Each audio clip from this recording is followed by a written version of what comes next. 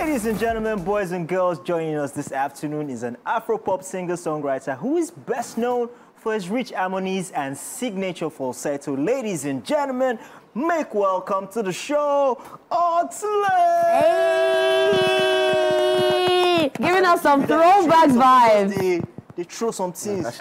So waiting. How's it going, my man? No, I'm blessed, man. I can't Good to have you, man. Good to have you. I love your look. I love the fact that it's a Wednesday and giving us way back Wednesday. It looks really nice. Thank you so much. You wear the same head size now. Oh yeah, you go like rock and I know what I know. It's actually a Nigerian brand by my brother. Ooh, nice. It's called Go Crazy. It follows the theme and aesthetics of the album I'm trying to push. So I'm rocking everything African and authentic. Amazing. Yeah. Okay, it's great to have you here. You've been around the world, especially with Kulosa, going global, getting so many world recognitions, and then now you have a body of work you're promoting that you're here to talk about. So let's talk about your album. Also from Africa, I know it took me a long time because I broke out like 6 years ago, but this is my debut album.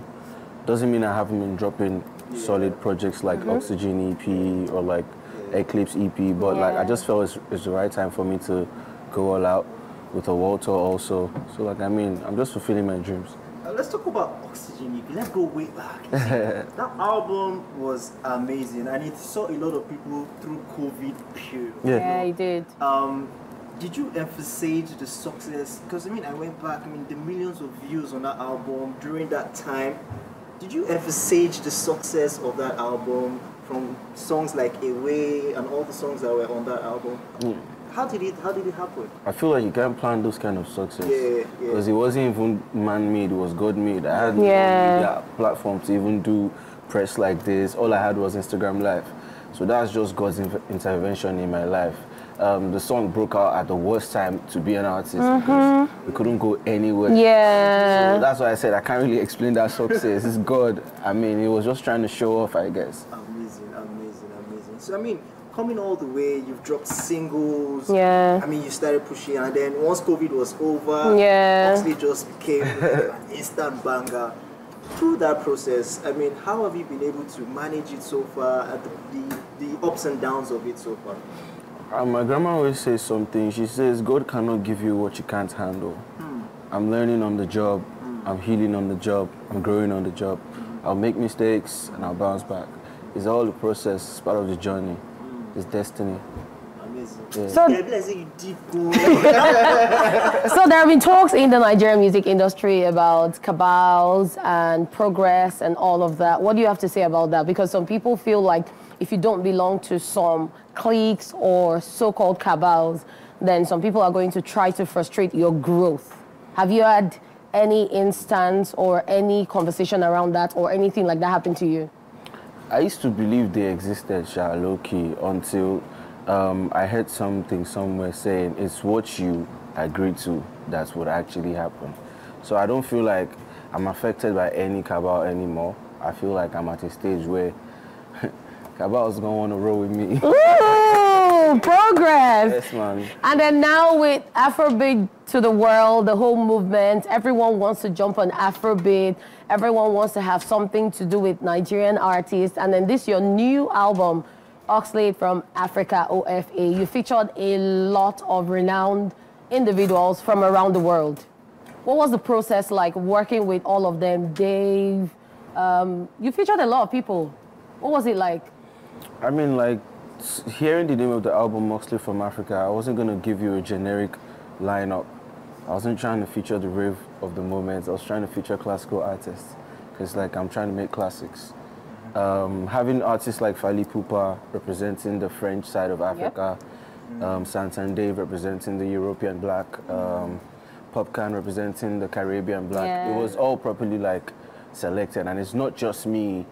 I would also like to give shout out to the team of A&Rs that helped collate this album. Some of my favorite songs didn't even make it, so trust me. Serious? Yeah, trust me. You know, album selection is a different ball game on its own. It's not, if you're going with the artist's favoritism, you might not really make a solid body of work. We have our own favorite songs, trust me.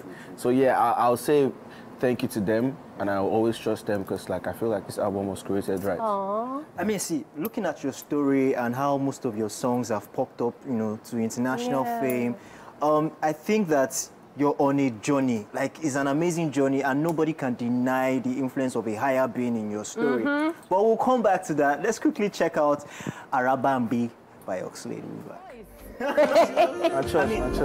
Before we talk about, I mean, because I said initially, your story is amazing. How your songs just climb up, this, like something just happens that takes your song, skyrockets them, you know, to the top. But before that, I listen to your songs a lot, and I see like One Day Cole should be like a major influence for you. Like, I mean, how is you and One Day Cole? How do you see One Day Cole? That's my dad.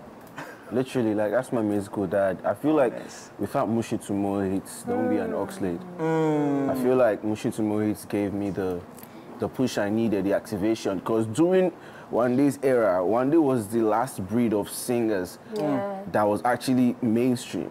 Because most of the times, they always regarded singers as, like, the supporting guys. So, like, people like One Day made us believe that singing was still alive. People like Style Plus, people like Shodi, like different artists that that helped put us in that part, but all of them know say One Day King. So I want to take us a bit out of this conversation and then bring us back. Okay. Recently, Tyler won an award for Best Afrobeats category, and a lot of people had a lot of things to say because during her speech, she spoke about the fact that she represents Amapiano. And then people said, if you're representing Amapiano and you're winning a Best Afrobeats category, what are you doing there? What do you have to say about that? Am I going to be safe if I say Amapiano is right on the Afrobeats also? Because I feel like Afrobeats is not just a genre. That's what people misunderstand. It's a... Afrobeats is a way of life. It's our race. It's the jollof rice. It's the knock drums inside Amapiano. Where do you want them to put Amapiano if not inside Afrobeats? Even Afro hip-hop is still under Afrobeats. People need to understand that in as much as we're trying to sound different or have our own style, we have to have an identity, origin, a source, a heritage. So basically, I'm not part of that conflict as long as they know where they come from and what they represent. Talking about conflicts, right? Recently, I felt like somebody took your Instagram, you know, page, your Twitter page, your X page, like maybe your manager or somebody. Take over. Because you went on a rant recently. What was that rant about and who were you talking about? So, what was the accusation? Am I the one that tweeted it, or who was I talking about? Yes, who were you talking about questions. in the tweet? Whoever the shoe fits, actually. But I'm so sure the person knows who the person is. And you made the post. What? Yes, you made the post. Don't say person. No, I've never sounded like that before. That's the craziest part. So it takes a trigger. For every action, there's a reaction. Do you think it's like a Rema or it's like a It's not even an artist, you know. It's not an artist. So don't worry, like, anybody that take it personal, that means your conscience actually. Let's go back to Oxlade from Africa. I like the name. What do we expect from this album? There are lots of major features, international features. One Day Cole is also on the album. Yes.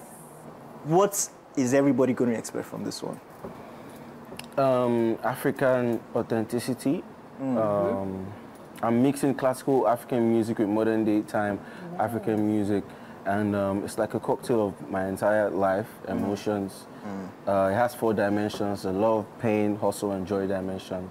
So I feel like everybody's gonna pick something. It's a buffet. Serve yourself. I love the cocktail and the buffet. Now you're getting me hungry for some Oxlade from Africa. Nice one. 20th of September. 20th of September. We feast, ladies and gentlemen. Thank you for coming on the show, my guy. It's been a pleasure. We're looking forward to Oxlade from Africa. Ladies and gentlemen, that's it with our guest.